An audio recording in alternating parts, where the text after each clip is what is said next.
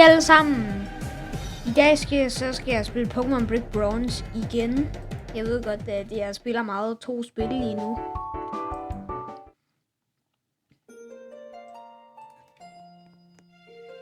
Sidste gang så klarede vi den første gym og fik den her RTD, der kan teleportere os til Battle Coliseum og Trade Resort. Hvad er det her Player Search?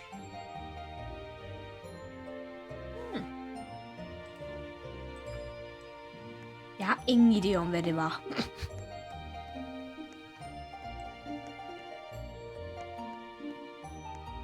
Jeg går ind og healer mine Pokémons. Fordi det er noget, jeg ikke gøre sidste gang, jeg har til på.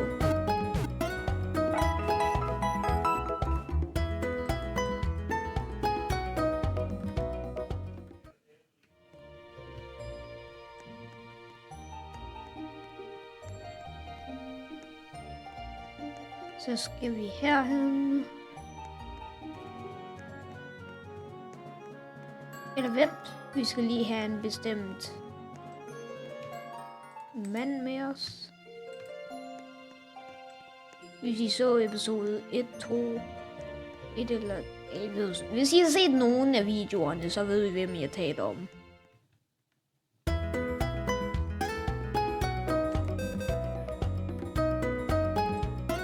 Vi skal have Pokémon 6 sekunder.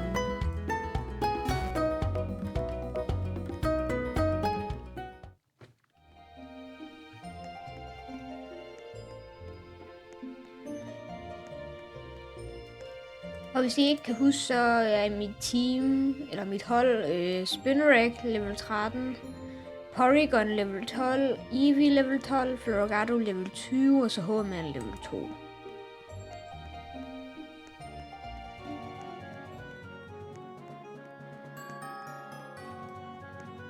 Hvis vi taler til ham her, så får vi TM Cut.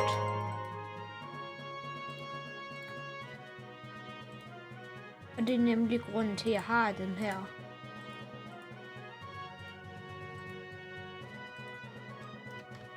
Det er nemlig grunden til, at jeg har H-Man. Det er bare så, jeg kan bruge Cut.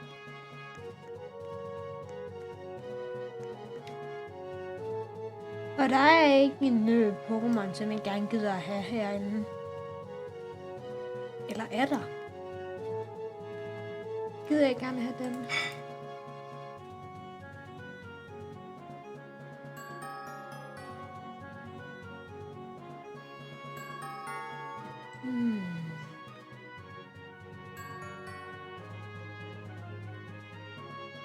Det ved jeg faktisk ikke, om jeg gider.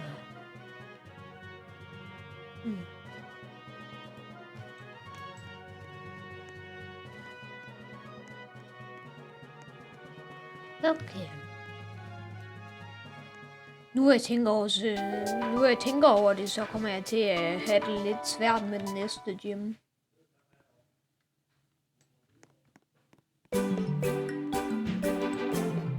Endelig.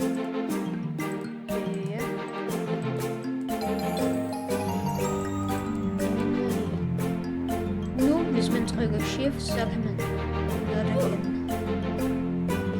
Hvor døde du? Er det første gang? Så er det ikke første gang, jeg gør. Hvis man holder shift inden, så kan man løbe nu. Okay, musikken er lidt høj.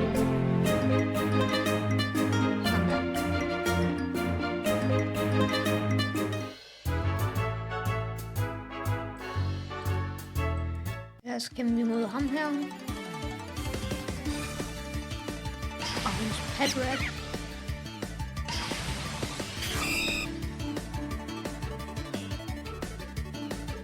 Legion.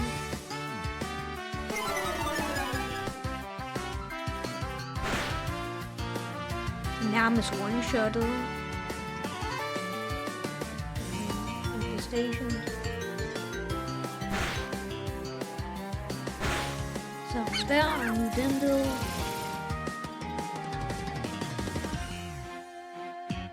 Ja, jeg vil gerne skifte til Porygon.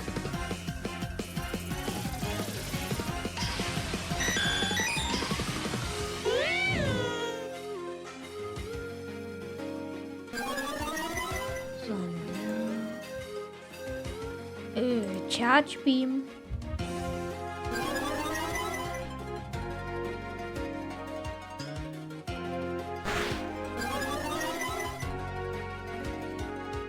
Og så igen.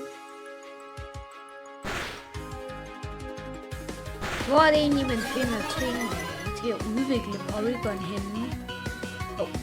Hvad var det, jeg brugte? Jeg har ingen idé om, hvad det gør. Nu er det elektrisk. Så får jeg step på den her. Altså same type attack bonus.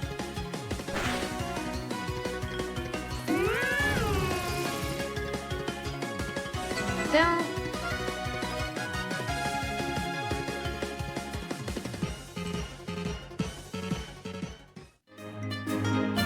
Vent lige lidt. Jeg søger lige, hvor man finder ting til at opgradere Porygon.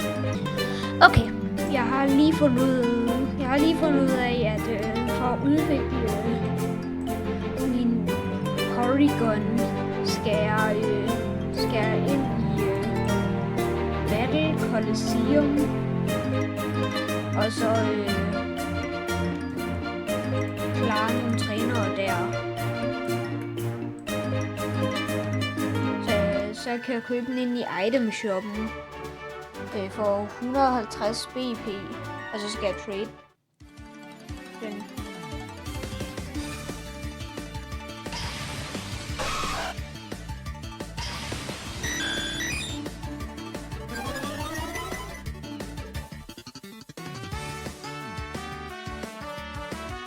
Charge beam. Charge beam.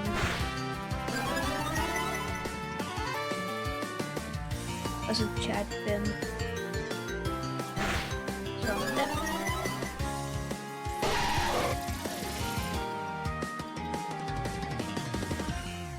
Og det er alt.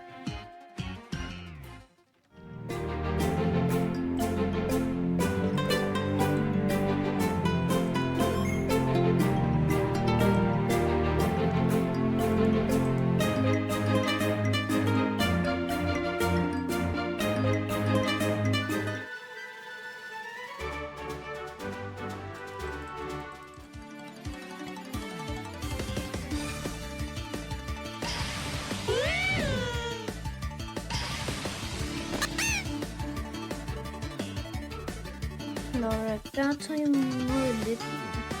Ikke det sted i verden. Men det kan være bedre. Okay, det gjorde faktisk ikke så meget.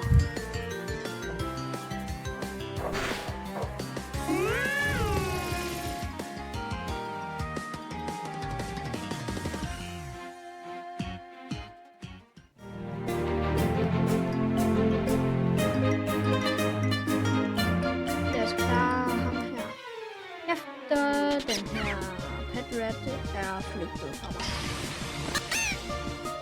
Eller jeg flygter fra dem.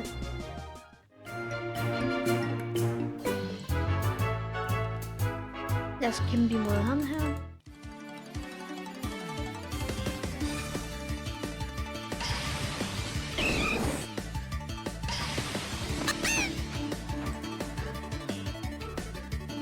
Jeg skal også snart spise, så jeg optager noget af videoen efter jeg lige har klaret den her kamp her.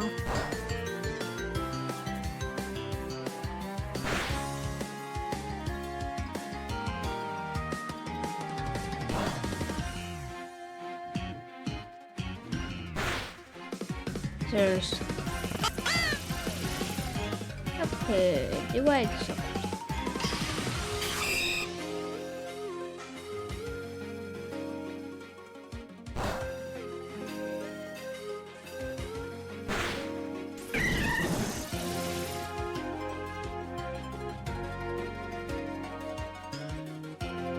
Så har han turen med Chop. Leechløg.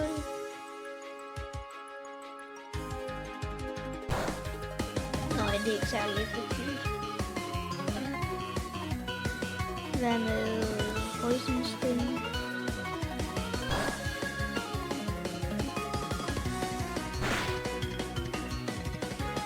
Poison, det var godt. Vi skal også lige få en infestation af på den. Så tager den meget skade efter en runde. Så det er både poison og infestation. Og så en leech life mere.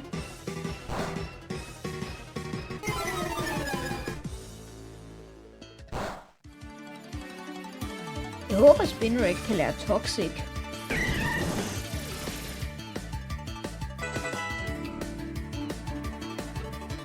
Panchain. Jeg beholder bare en.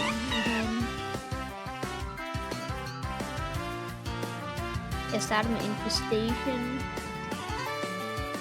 Hvis den er mørk type, er den så ikke en dårlig imod. Det troede jeg, den var.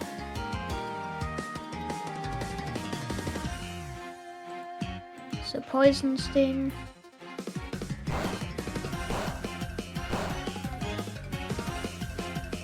Det gjorde overhovedet ikke meget. Det gjorde 3 HP. Poison Sting, det bliver poison nu.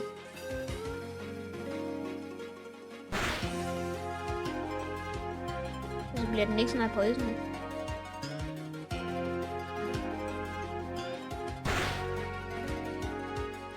Okay, det tager faktisk lidt tid. Hvad?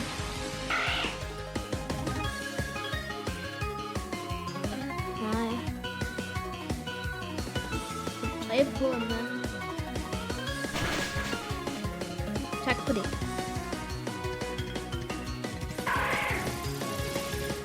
Så er det ind med Spinarak igen.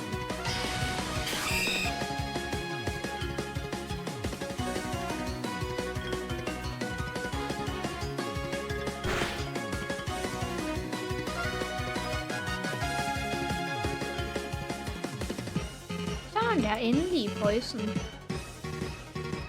Det var dog lidt sent.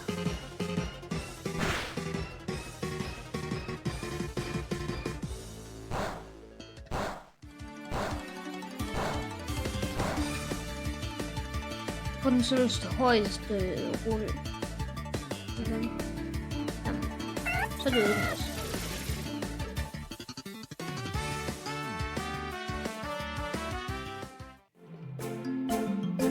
Jeg skal lige ud og spise, så kommer jeg tilbage senere.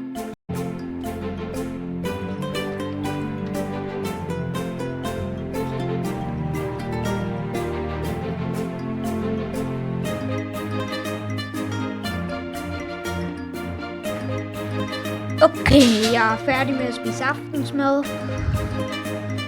Så lad os komme hen til det næste Pokémon Center. Jeg kan leve med Eevee. Nå ja, er det ikke ham her med de 2 Geodudes og en Hippopotas? Jo, det er ham, jeg er ret sikker på.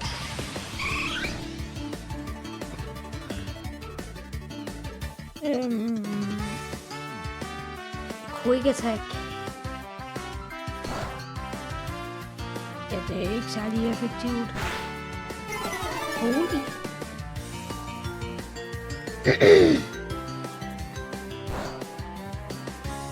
Hvis I hører nogle lyde i baggrunden, så er det fordi, at min mor bare ikke er med at rydde af bordet.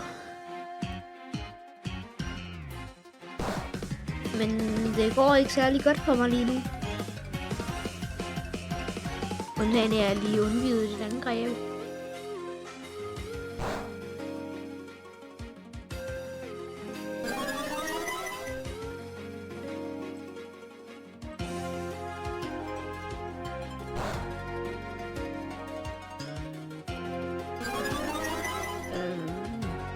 Hvorfor dræber den mig ikke bare?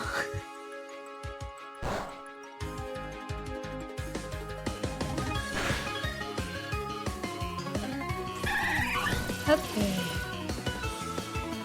Så er der skiftet Spinarak.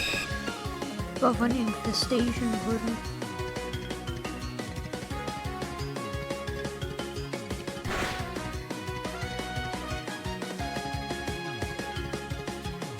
Ved du hvad?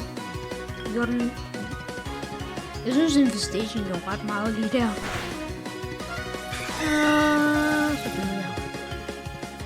Nu har jeg kun Porygon tilbage. Og jeg kan ikke bruge Charge Beam, fordi det er en jordtype.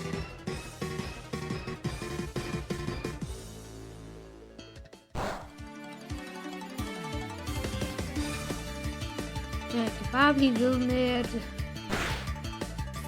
bruge tacklen til det, der er sket.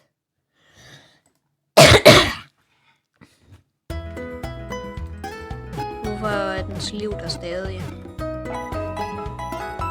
Jeg håber ikke, den kommer til at forblive der i lidt tid. Sådan der, nu er det væk.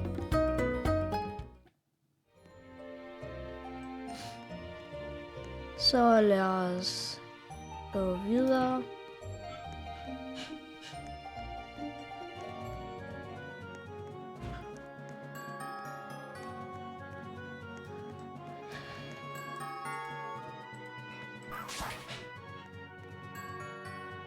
Sådan der.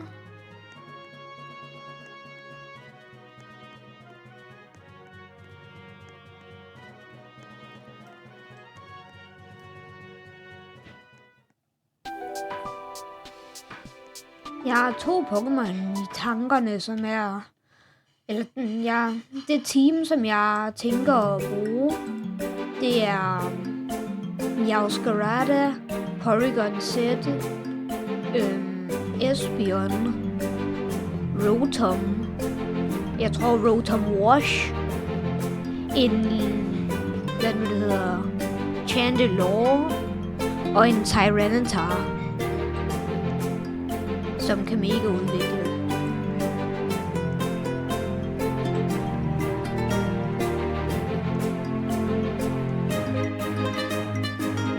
Eller en Garchomp.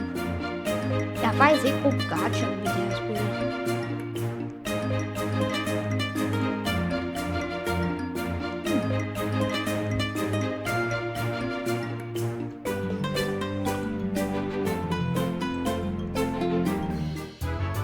Nå, jeg er ikke klar ham her.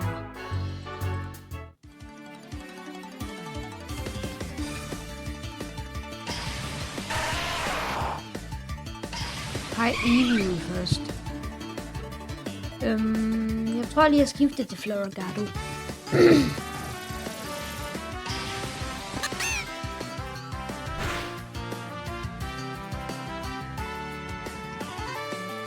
Og så seedformer jeg den, og så er den sikkert død. Sådan der.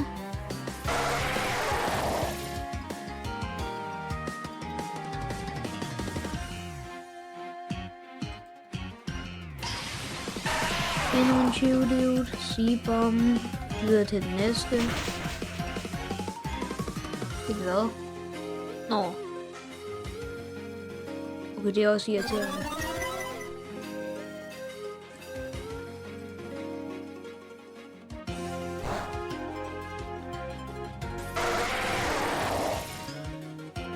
Sådan der. Og så den sidste. Hippopotas.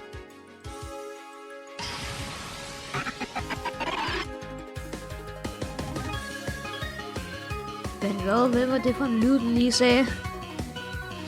Det lyder som noget, som Porygon vil sige, at du på mig.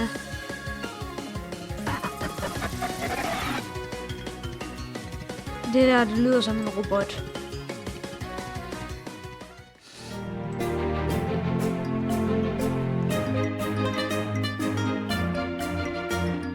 Så skal vi videre. Jeg skifter lige til Porygon, fordi det ved jeg faktisk ikke. Jeg har bare lyst til at have Porygon. Også fordi vi skal lige kæmpe imod ham her.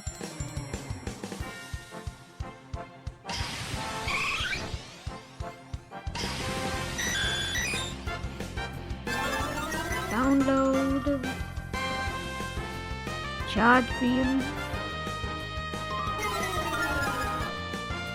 Jeg har ikke brug for mit attack.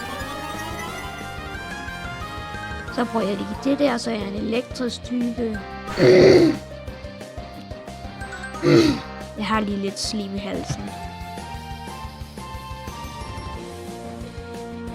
Og nu charge beam igen, og nu gør den meget mere.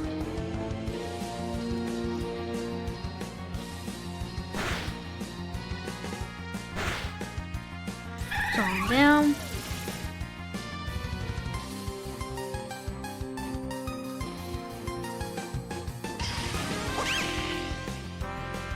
Har den lightning rod?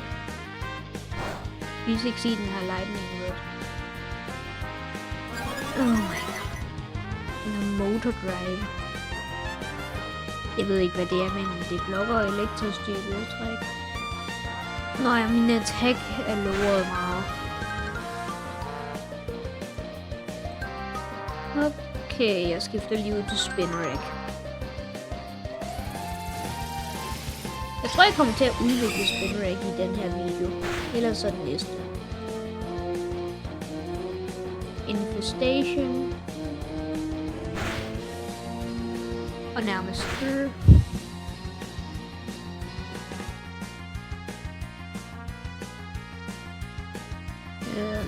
Leech Life. Sådan der. Okay, godt. Så bruger jeg lige Leech Life og healer lidt.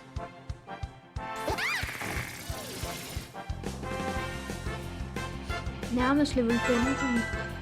Porygon level 14. Nej, jeg bliver bare inde. Så Leech Life. Så jeg dør her.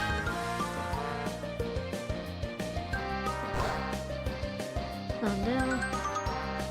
Så healede jeg lidt.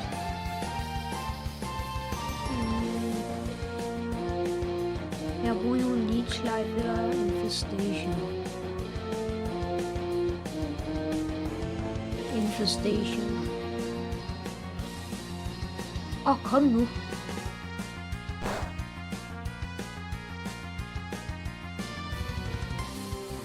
Så er den infesteret.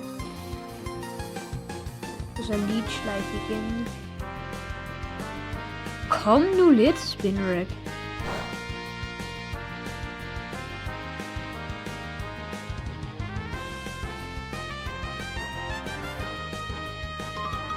Spinarak er god. Lige tænker den poison. Yes, den blev ikke poison. Og så fik jeg lidt mere liv. Spinarak level 15. Nightshade. Hvad er det?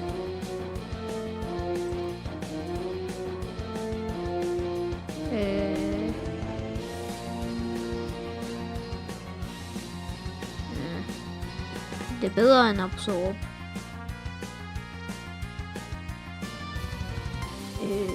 Ja.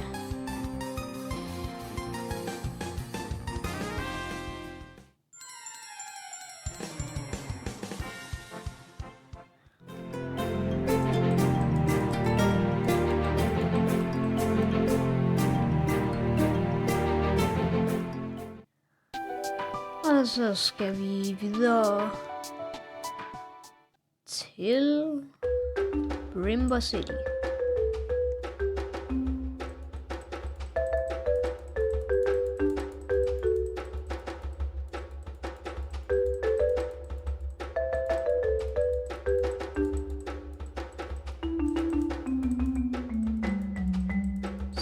Så snakker de meget om, at Team Eclipse har stjålet den røde orb. Jeg skal lige ind og hele mine Pokémons. Hvorfor er Jake her ikke? Jeg synes, Jake burde være her.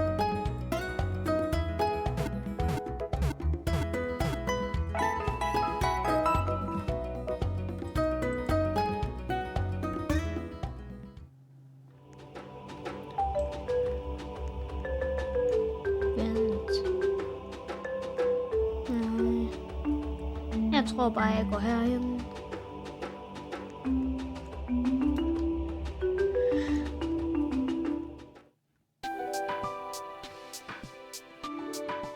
Og så prøver jeg at level Pokémon lidt op. Jeg vil gerne level Spinarak op. Jeg tror, den udvikler sig i level 22.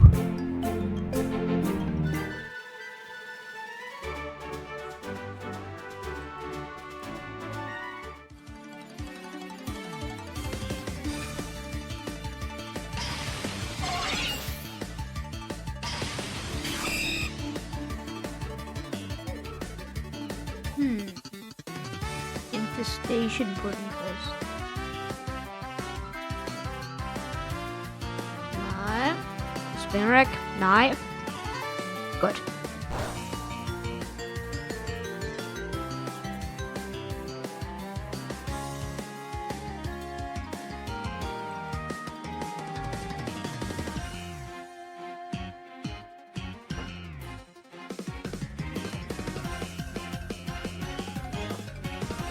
Okay.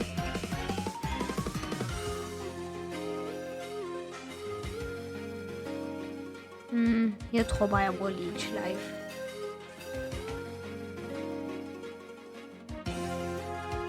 Sådan der. Det er godt Spinarak.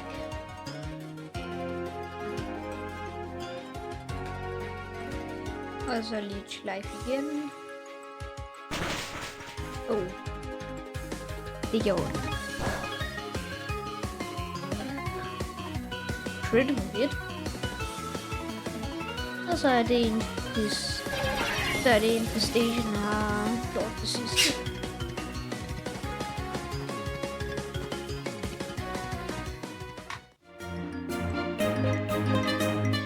Og så må jeg Pokémon Rhyhorn.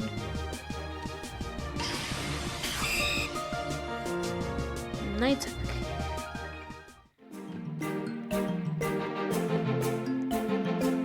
Lad mig kæmpe imod hende her.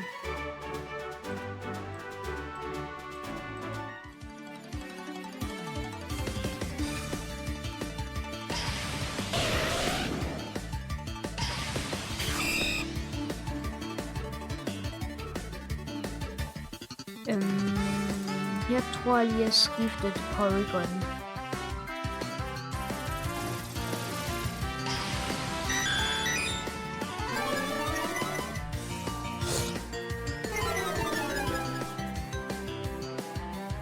Og så Charge Beam.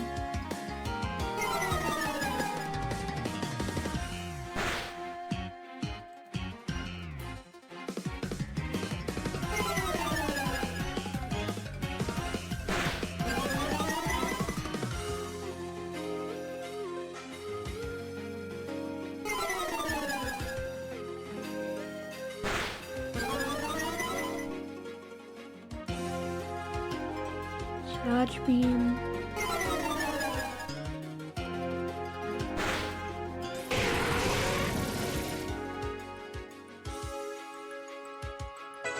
Sådan, der er Spinarak level 16. Jeg vil gerne skifte til Spinarak.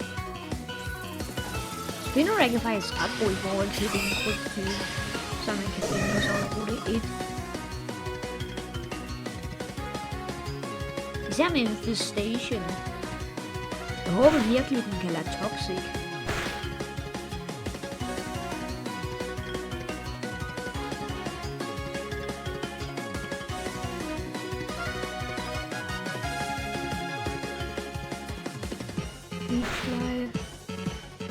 Det hele meget. Det gjorde ret meget skade. Og det hele meget ret godt.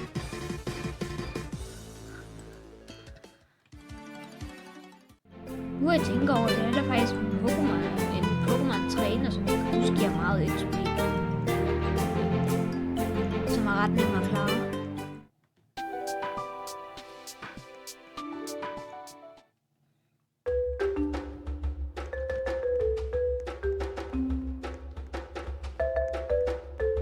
Den er dog herhen. Den er et sted, som vi ikke har været endnu.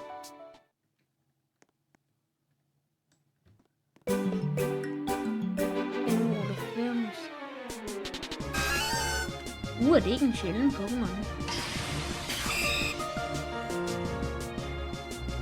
Den skal man bruge til en eller anden fange sådan en, og så er den i ens hold, og så kan man få en eller anden legendarisk, tror jeg. Jeg tror, det er Dunsparce og den.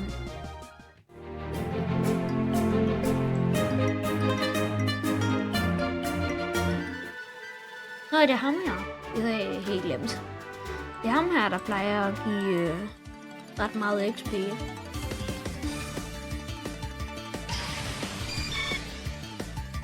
Der er en Butterfree og en Beedrill.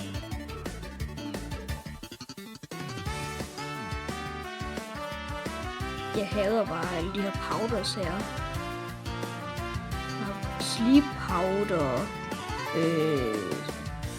Anden slags powder. Den kan paralyse en. Den har stun spore. Og så har den også sleep powder, som vi så der. Den har confusion. Og så kan den også... Så tror jeg også, den har poison powder. Jeg tror lige, jeg skifter til Floragato.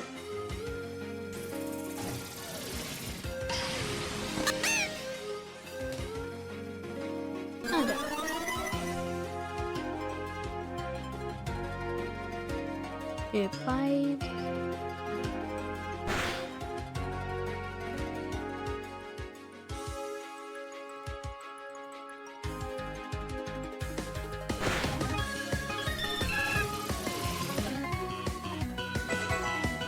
Floragato level 21. Ja, de giver 519 XP.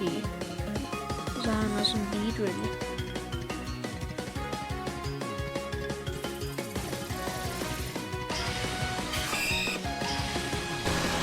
Som giver lige meget XP, tror jeg.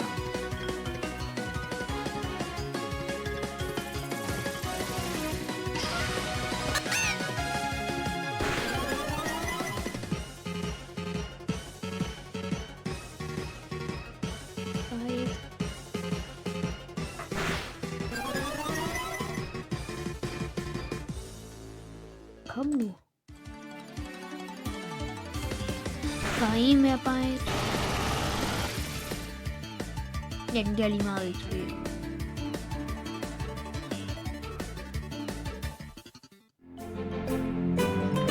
Så kæmper jeg bare imod ham her ret mange gange. Så jeg laver lige et lille timelapse.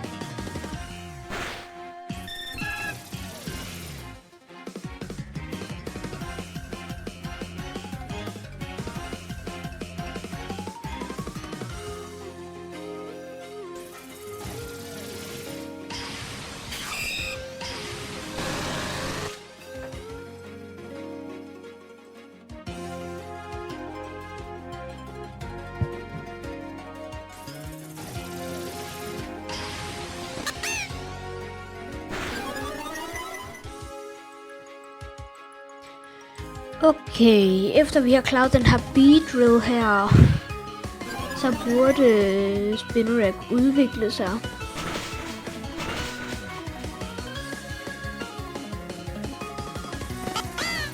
Selvfølgelig er det den sidste.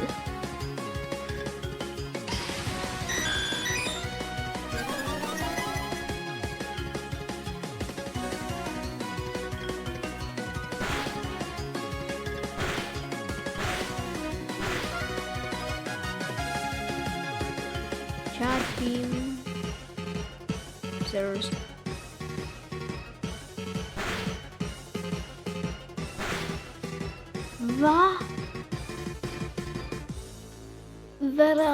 Hvad er der sket med den der Beedrill der?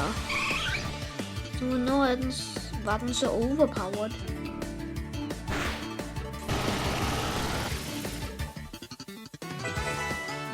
Okay, så fik Eevee også lige et level. Men Spinarak er level 22. Jeg vil gerne lære Fury Swipes.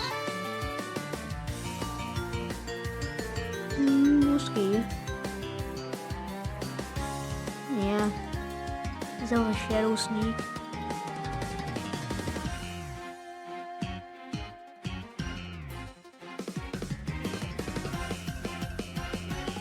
Spinarak burde udvikle sig.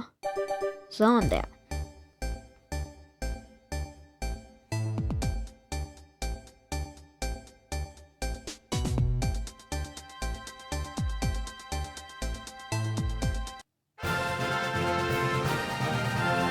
Sådan der. Nu har vi Ariados. Sword Stance. Holy. Ja, i stedet for Fury Swipes.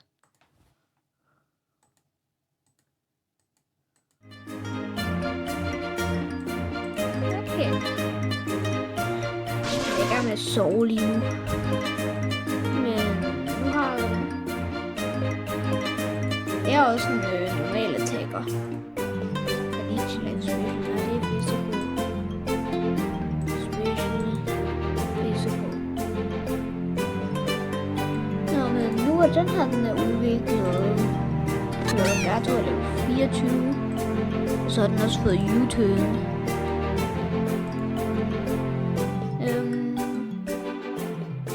Så ved jeg ikke rigtig andet, jeg skal gøre end level up Eevee og Porygon. Det gør jeg imellem videoerne, tror jeg. Så jeg skal gå hen og heal, og så jeg tror jeg det er nok på den her video, og så er jeg Gym Pokémon med det samme. Det er Probotas, som stadig lyder som en Porygon.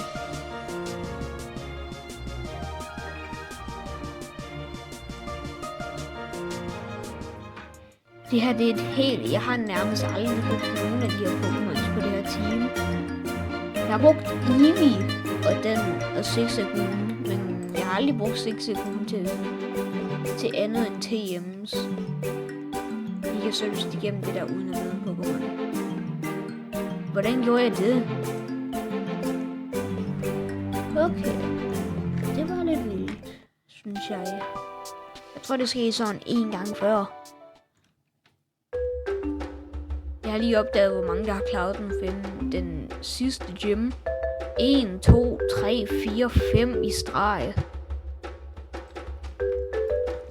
Jeg har kun klaret den første.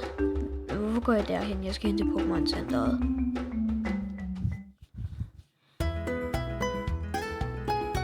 Så healer jeg lige mine Pokémons.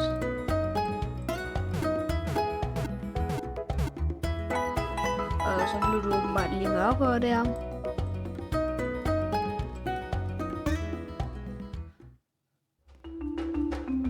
Nå, men det er alt for den her video. Husk at like og subscribe.